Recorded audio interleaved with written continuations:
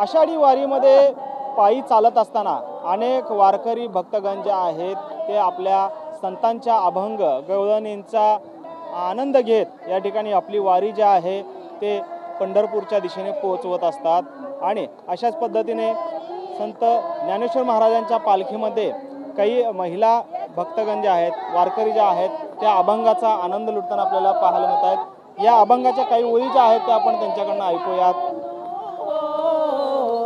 माझे माहेर पंढरी हो, माझे माहेर पंढरी, चंद्रभागा बहीण, चंद्रभागा बहीण, करीतसे पाप भंग हो, करीतसे पाप भंग हो, माझे माहेर पंढरी हो, माझे माहेर पंढरी हो, माझे माहेर पंढरी।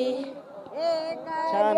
नारदनी शरण, एका जनार्दनी शरण, करी माहेराची आठवण हो, करी माहेराची आठवण हो, माझे माहेर पंढरी हो, माझे माहेर पंढरी हो, माझे माहेर पंढरी। रामकृष्ण हरी माऊली। कुठून आलेला आहात तुम्ही? धाराशिव। छान अभंग गायला तुम्ही।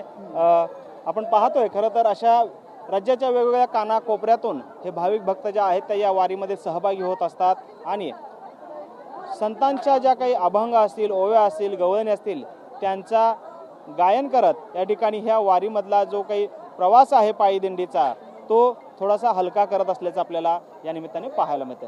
कॅमेरामन गणेश रहाटेसह सागर सुरवसे, TV9 मराठी, माळशिरस, सोलापूर।